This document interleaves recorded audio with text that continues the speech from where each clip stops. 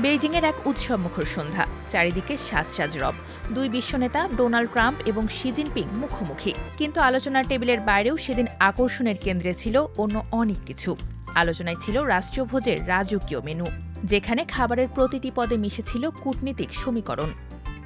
14 মে জমকালো রাষ্ট্রীয় ভোজে অংশ নেন প্রেসিডেন্ট ডোনাল্ড ট্রাম্প ও শি জিনপিং। চীনের রাষ্ট্রীয় ভোজসভা মানেই হুয়াইয়াং খাবার থাকবেই। সাংহাই অঞ্চলের এই ঐতিহ্যবাহী রান্না মূলত এর হালকা ও সূক্ষ্ম স্বাদ, নিখুঁত কাটাকাটির কৌশল এবং মৌসুমী উপকরণের ব্যবহারের জন্য সুপরিচিত। দ্বিপাক্ষিক সম্পর্ক নতুন করে শুরুর লক্ষ্য ছিল দুই দেশেরই, তাই মেনুতে এনেছিল দারুণ এক ভারসাম্য।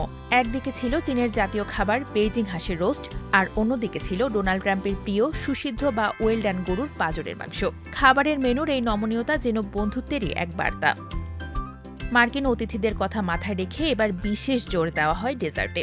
তিরামিসু, ফল, আইসক্রিম ও সিঙার খোলের আকৃতির বিশেষ পেস্ট্রি সবার নজর কাড়ে।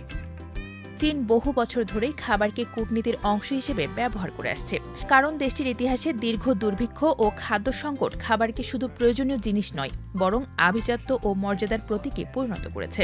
এ কারণে বিদেশি অতিথিদের জন্য আয়োজিত ভোজসভাগুলোতে খাবার অনেক সময় রাজনৈতিক বার্তাও বহন করে।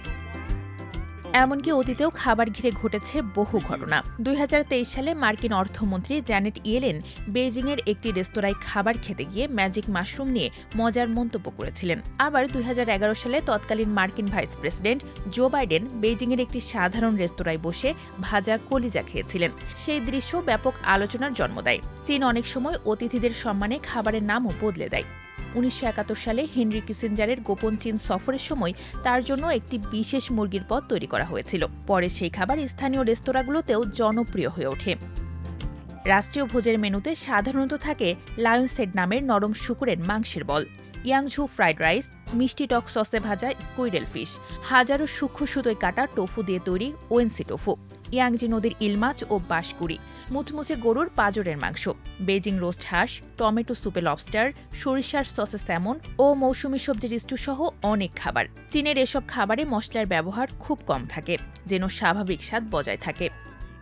হুয়াইয়াং রান্নাকে চীনের নিরাপদ কূটনীতিক খাবারও বলা হয়, কারণ এটি খুব ঝাল নয়, আবার অদ্ভুত বা অপরিচিত স্বাদেরও নয়।